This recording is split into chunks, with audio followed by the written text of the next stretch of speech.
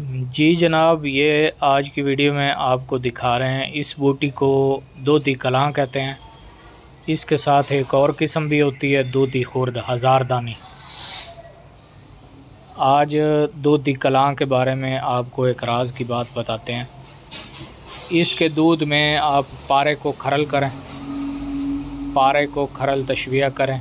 पारा इसमें लर्ज़ा भी होता है और कैमनार भी होता है। तजर्बा करना शर्त है। आप किसी माहिर कीमियागर से की निगरानी में ये तजर्बा करें। इसके अलावा इस बूटी के बहुत ज़्यादा खाने के लिए इस्तेमाल हैं। ये खांसी, दमा, रेशा, नज़ला, ज़ुकाम में बहुत काम आती है। इसको आप लेके इसको साए में खुश्क कर लें और 1 कप पानी में तकरीबन 10 ग्राम बूटी बॉयल करें। इसका कावा बनाकर इस्तेमाल करें। बहुत ही ज़बरदस्त इसका रिज़ल्ट मिलेगा आपको। इसके अलावा मैदा जिगर के लिए अक्सीर है।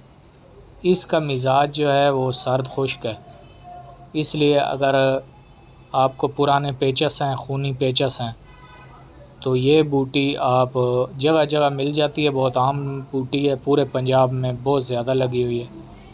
ये आप साए में खुश्क करके इसको बारीक पाउडर करके 1 चम्मच खुराक है, पुराने पेचों के लिए, आंतों की सोजिश के लिए इस्तेमाल कर सकते हैं।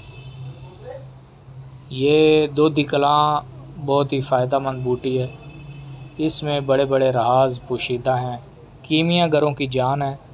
कीमियागर लोग इससे बहुत काम लेते रहे हैं और इस राज को पाने के लिए आपने इसके ऊपर गौर